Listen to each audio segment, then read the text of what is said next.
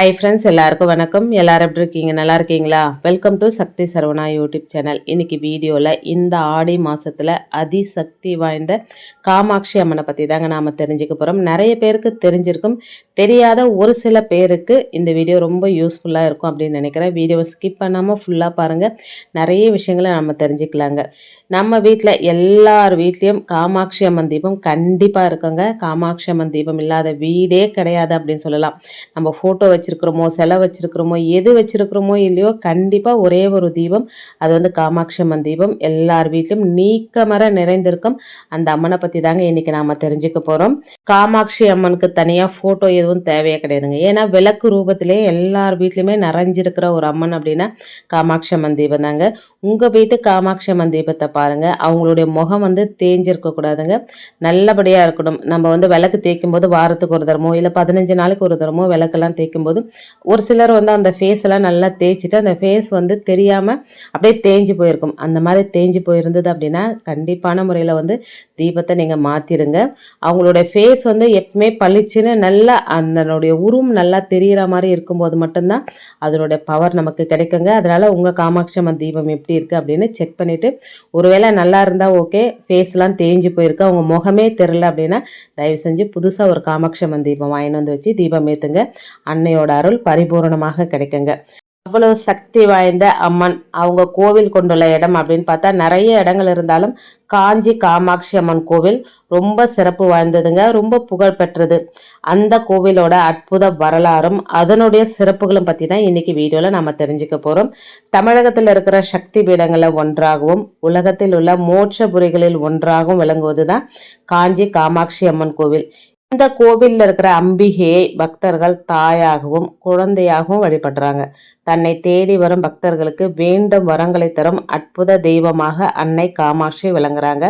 அன்னை காமாட்சிக்கு குங்குமத்தால அர்ச்சனை செய்து வழிபடுவதால வாழ்க்கையில் இருக்கிற அனைத்து விதமான மங்களங்களும் நிறையும் அப்படின்றது நம்பிக்கைங்க. அன்னை காமாட்சி ஆதிசங்கரால் பிரதிஷ்டை செய்யப்பட்டு ஸ்ரீ சக்கரத்துக்கு முன்னாடி அமர்ந்து காட்சி தருவதால பக்தர்களோட அஞ்ஞானத்தை போக்கி ஞானம் அளிப்பவளாகவும் இத்தல அம்பிகை வந்து விளங்குறாங்க.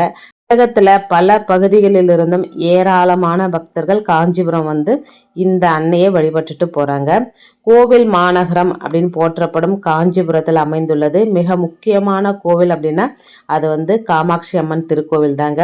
51 சக்தி பீடங்கள்ல ஒன்றாகவும் மோட்சம் தரும் தலங்களில் ஒன்றாகவும் அன்னை காமாட்சி அம்மன் திருக்கோவில் அமைஞ்சிருக்குங்க. வேண்டவங்களுக்கு வேண்ட வரங்களை தரும் அன்னையாக, பேசும் தெய்வமாக காமாட்சி அம்மன் அருள் பாலிச்சிட்டு வராங்க. தமிழகத்தில் உள்ள மிக முக்கியமான சக்தி பீடமாக விளங்கும் காஞ்சிபுரம் காமாட்சி அம்மன் கோவில் அன்னை பராசக்தியோட தொப்புள் பகுதி விழுந்த இடமாக கருதப்படுதுங்க. அதனாலேயே இந்த தலம் வந்து நாபி பீடம் அப்படின்னு அழைக்கப்படுதுங்க. இந்த காஞ்சிபுரம் அம்மன் கோவிலோட வரலாறு பத்தி தெரிஞ்சுக்கலாங்க. காஞ்சி காமாட்சி அம்மன் கோவில் அமைந்ததற்கு 2 விதமான வரலாற்று கதைகள் சொல்லப்படுதுங்க.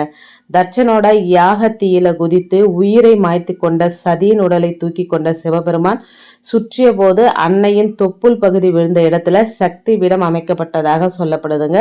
புராணங்களின்படி மற்றொரு கதையாக கைலாயகத்துல தவத்தில் ஆழ்ந்திருந்த சிவபெருமானோட கண்களை பார்வதி தேவி விளையாட்டாக மூடியதால் இந்த உலகமே இருளில் மூழ்கியதுங்க. அந்த தவற்றிற்காக அன்னையை பூலோகம் சென்று தவம் செய்யும்படி சிவபெருமான் சொல்றாங்க.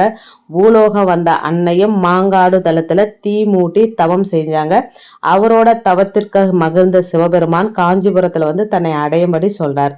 அதன்படி சிவனை அடையும் பொருட்டு அன்னை வந்து அமர்ந்த இடமே காஞ்சிபுரம் அப்படின்னு 2 விதமான வரலாற்று கதைகள் சொல்லப்படுதுங்க. அன்னை காமாட்சியோட தோற்றம் எப்படி இருக்கும் அப்படின்னா, தங்க கோபுரத்துல கீழ் அமைந்த கருவறையில அன்னை 2 கால்களையும் மடித்து பத்மாசனத்துல அமர்ந்த கோலத்துல காட்சி தருவாங்க. 4 திருக்கரங்களோட காட்சி தரும் அன்னையின் முன்னிரு கைகளில் கரும்பும் வில்லும் மலர் கனைகளும் ஏந்தியபடியும் பின்னிரு கைகளில் பாசம் மற்றும் அங்குசம் வைத்த நிலையிலும் கருணையே வடிவமாக மங்கள ரூபிணியாக பரபிரம்ம ஸ்வரூபிணியாக காட்சி தருவாங்க. ஆரம்பத்துல உக்கிரமாக காட்சியளித்த அன்னையின் முன்னாடி ஸ்ரீ சக்கரத்தை ஆதிசங்கரர் பிரதிஷ்டை செய்த பிறகு சாந்த வடிவமாக கருணை வடிவமாக தாயாக மாறிடுறாங்க. காயத்ரி மண்டபத்தில் அமைந்துள்ள அன்னையோட கருவறையை சிவன், விஷ்ணு, பிரம்மா ஆகியோரின் சக்திகள் அடங்கிய திரி தத்துவத்தால் சூழப்பட்டிருக்குங்க. கருவறையை சுற்றி உள்ள சுவர்களில் பங்காரு காமாட்சி, ஆதிசங்கரர், சரஸ்வதி ஆகியவங்களோட சந்நிதிகளும் அமைஞ்சிருக்குங்க. இந்த கோவிலோட அமைப்பு எப்படி இருக்கும் அப்படின்னா, சுமார் 5 ஏக்கர் நிலப்பரப்பில் அமைந்துள்ள இந்த கோவில்ல காமாட்சியின் காமாட்சி, பார பத்தாரிகா, தவ காமாட்சி, அஞ்சன காமாட்சி, ஸ்வர்ண காமாட்சி, உற்சவ காமாட்சி அப்படின்னு 5 வடிவங்களை தரிசிக்க முடியுங்க.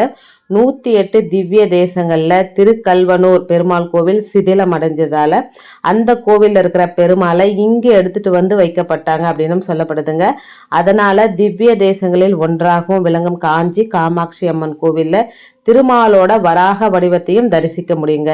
இந்த கோவில்ல சூரியன், சந்திரன், குபேரன் உள்ளிட்ட ஏராளமான தெய்வங்களோட சன்னதிகளும் இருக்குங்க.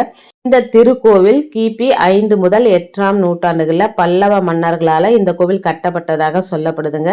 தற்போது உள்ள கோவில் 1783ஆம் ஆண்டு கட்டப்பட்டுள்ளதாகவும் சொல்லப்படுதுங்க. இந்து அறநிலத்துறையால் பராமரிக்கப்பட்டு வரும் இந்த கோவில் காஞ்சி காமகோடி பீடத்துல தலைமை இடமாகவும் விளங்குதுங்க. இந்த கோவிலோட சிறப்புகள் என்னென்ன அப்படின்னா, காயத்ரி மண்டபத்திற்கு போகும் வழியில அன்னபூரணி சன்னதி அமைஞ்சிருக்குங்க. இங்க ஐப்பசி மாசத்துல அன்னாபிஷேகம் நடத்தப்படுங்க. இந்த அம்பிகையை வணங்கி பிஷத்வாரம் வழியாக பவதி பிக்ஷாம் தேகி அப்படின்னு கையேந்தி பிச்சை கேட்டு வழிபட்டோம் அப்படின்னா நமக்கு உணவு உள்ளிட்ட எந்த பிரச்சனையுமே இல்லாம அன்னை காப்பாற்றுவாள் அப்படின்றதும் நம்பிக்கைங்க. காஞ்சி காமாட்சி அம்மனை வழிபட்டால் வேண்டிய வரங்கள் கிடைக்கும், அனைத்து ஐஸ்வர்யங்களும் மன நிம்மதியும் கிடைக்கும், மோட்சம் கிடைக்கும். அம்மனின் திருவடிகளை நவகிரகங்களும் தஞ்சம் அடைஞ்சிருப்பதனால இங்க வழிபடுறவங்களுக்கு நவகிரக தோஷமே ஏற்படுறதில்லை அப்படின்னு சொல்லப்படுதுங்க. அன்னை காமாட்சியின் கருவறைக்கு முன்னாடி துர்வாசருக்குன்னு தனி சன்னதி அமைஞ்சிருக்குங்க. இவர் சிவனோட அவதாரம் அப்படின்னு கருதப்படுறாருங்க. அன்னை காமாட்சி பக்தர்களை பாதுகாக்கவும் எல்லையற்ற கருணையை வழங்கவும் அளவில்லாத சக்தியை குறிக்கும் சத்வ சக்தியாக துர்வாசர் உள்ளதாக சொல்லப்படுதுங்க. அன்னை காமாட்சியை போற்றும் திரிபுர மகிம ஸ்தோத்திரம், லலிதா ஸ்வர வர்த்தனம் ஆகிய ஸ்தோத்திரங்களை இவரே இயற்றி இருக்கிறார்.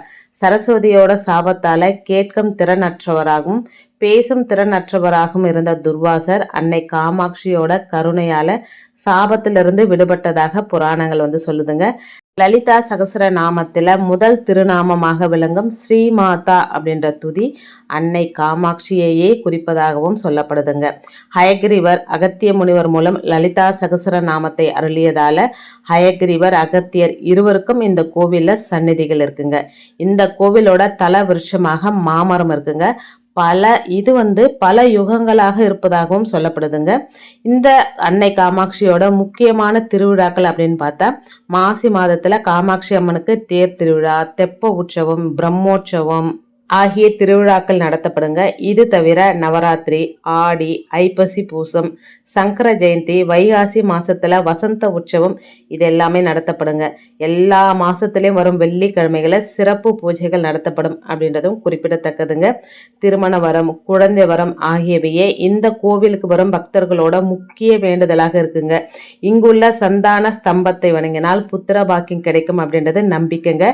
தசரத சக்கரவர்த்தி இங்க புத்திர காமேஷ்டி யாகம் செஞ்சுதான் ராமர், லக்ஷ்மணர் ஆகியோர் பிறந்ததாக வரலாறு சொல்லுதுங்க.